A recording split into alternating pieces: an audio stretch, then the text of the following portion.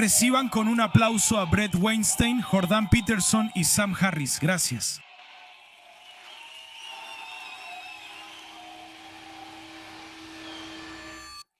Así que voy a ir directo al grano. Creo que me ha interesado mucho la comisión de atrocidades al servicio de una creencia.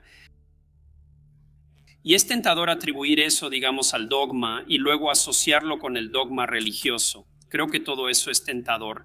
Pero el hecho de que los chimpancés lo hagan demuestra que no puede ser consecuencia de algo como la creencia religiosa, a menos que estés dispuesto a decir eso. La razón por la que los chimpancés cometen atrocidades en servicio de su grupo y su territorio es porque los chimpancés son religiosos, y pues no son religiosos, y realmente no tienen un punto de vista secular o totalitario. Pero aún así siguen actuando el elemento de atrocidad que es característico del comportamiento humano. Y entonces, para mí, eso hace que el problema sea más profundo que simplemente, digamos, declaraciones superficiales sobre la metafísica. Obviamente, el problema de la agresión de los primates, que hemos heredado junto con los chimpancés, es más profundo, o al menos diferente, al problema de la violencia religiosa o las estructuras políticas totalitarias que sacan lo peor de las personas. Tenemos capacidades de primates que debemos corregir y estamos ocupados ajustando casi todo para lo que evolucionamos. No nos gusta el estado natural por una buena razón, y prácticamente todo lo bueno de la vida humana nace de nuestro. Yo diría, esfuerzo basado en la cultura, altamente inteligente y necesario para mitigar lo que, de hecho, es natural para nosotros.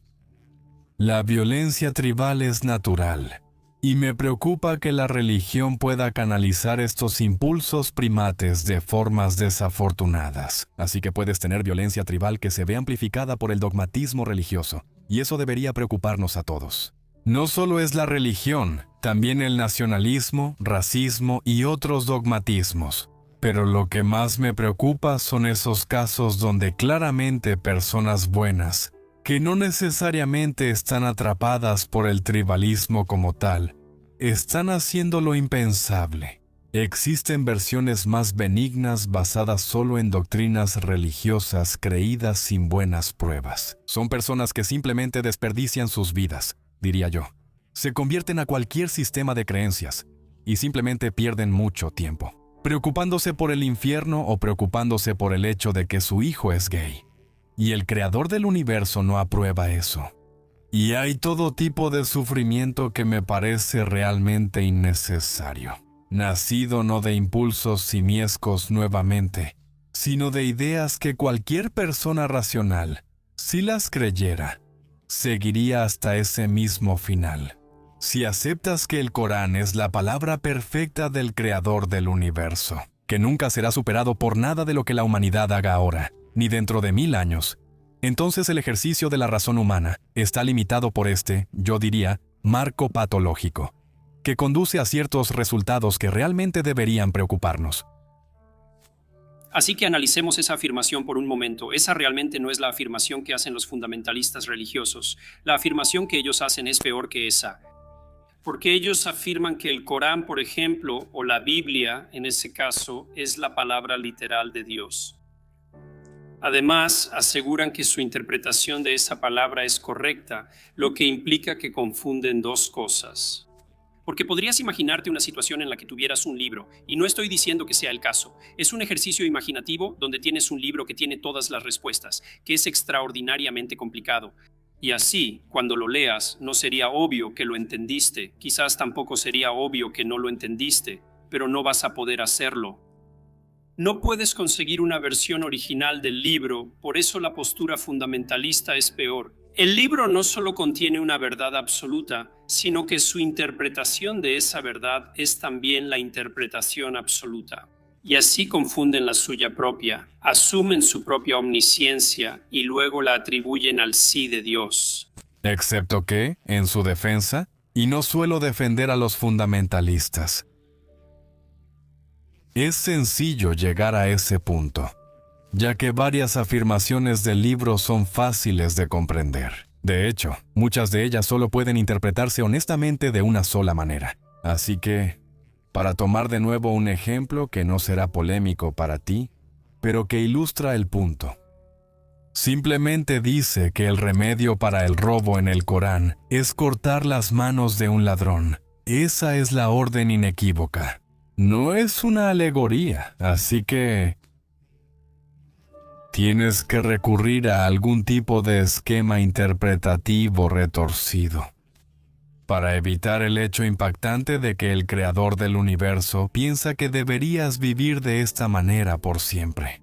La mayoría de lo que contienen estos libros me preocupa, porque no pueden ser editados.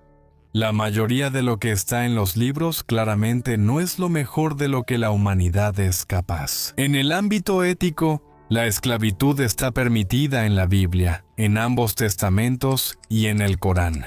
No se puede negar eso. Ahora, puedes decir, bueno, no es el enfoque central de ninguno de estos libros.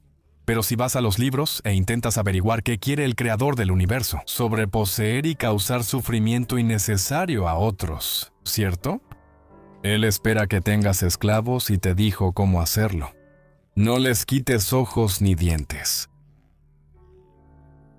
No tomes ni esclavices a otros musulmanes si eres musulmán.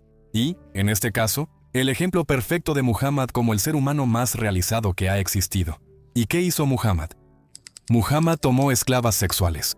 Si vas a intentar hacer que tus dogmas sean cada vez más aceptables importando cosas, eso nunca estuvo en la visión de quienes originaron estas religiones. No estás haciendo eso porque quieras vivir aún más según la palabra de Dios.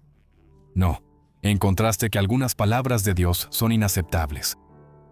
Entonces, Sam, dijiste que el problema aquí es que el dogma no puede ser actualizado, ¿verdad? Que la esclavitud está con nosotros permanentemente, porque está escrita en el dogma.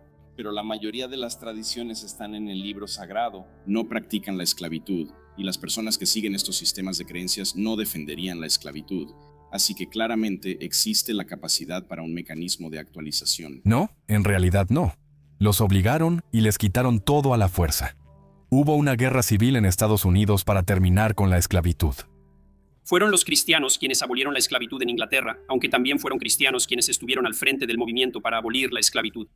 Hay cristianos en todos lados. No hay otros para hacer el trabajo. Pero fueron específicamente los cristianos quienes usaron su fe cristiana como justificación para erradicar la esclavitud. El problema era que en realidad estaban del lado perdedor de un argumento teológico. Y sería mucho mejor, creo que estarías de acuerdo. Si uno de los 10 mandamientos fuera no tengas esclavos, podemos cambiar uno por ese. Así habría sido más fácil para los cristianos luchar contra la esclavitud. Las puertas que sacan de este fundamentalismo no se abren desde adentro, sino a la fuerza desde afuera. Y es el humanismo, el secularismo y la racionalidad científica los que han ejercido tal presión. Una presión tan intensa sobre el cristianismo durante varios siglos. Por eso no nos encontramos con los cristianos del siglo XIV todos los días. ¿Estás de acuerdo en que hay cosas en estos textos religiosos que son claramente inaceptables desde una perspectiva moderna? No es que los textos sean complicados o los hayamos malinterpretado, sino que hay cosas ahí que ahora sabemos que están mal. Yo diría que oración por oración, sí, tienes razón, párrafo por párrafo, quizá. Pero aquí está el problema con los textos complicados, especialmente aquellos que en realidad constituyen narrativas. Así que imagina esto, imagina que estás en una película y es una película con un giro al final. Y así, toda la película está diseñada para hacerte pensar de una manera en particular y para que tengas un conjunto específico de experiencias, pero cuando pones el giro al final, cambia toda la estructura. Si tienes una narrativa compleja, existen muchas formas de interpretarla y no siempre son evidentes. ¿Cuáles son correctas según el canon? La Biblia es una serie de libros y tuvieron influencia unos sobre otros y fueron organizados con un proceso editorial muy complejo. Y de hecho, hay una narrativa de desarrollo que enlaza todos los capítulos entre sí.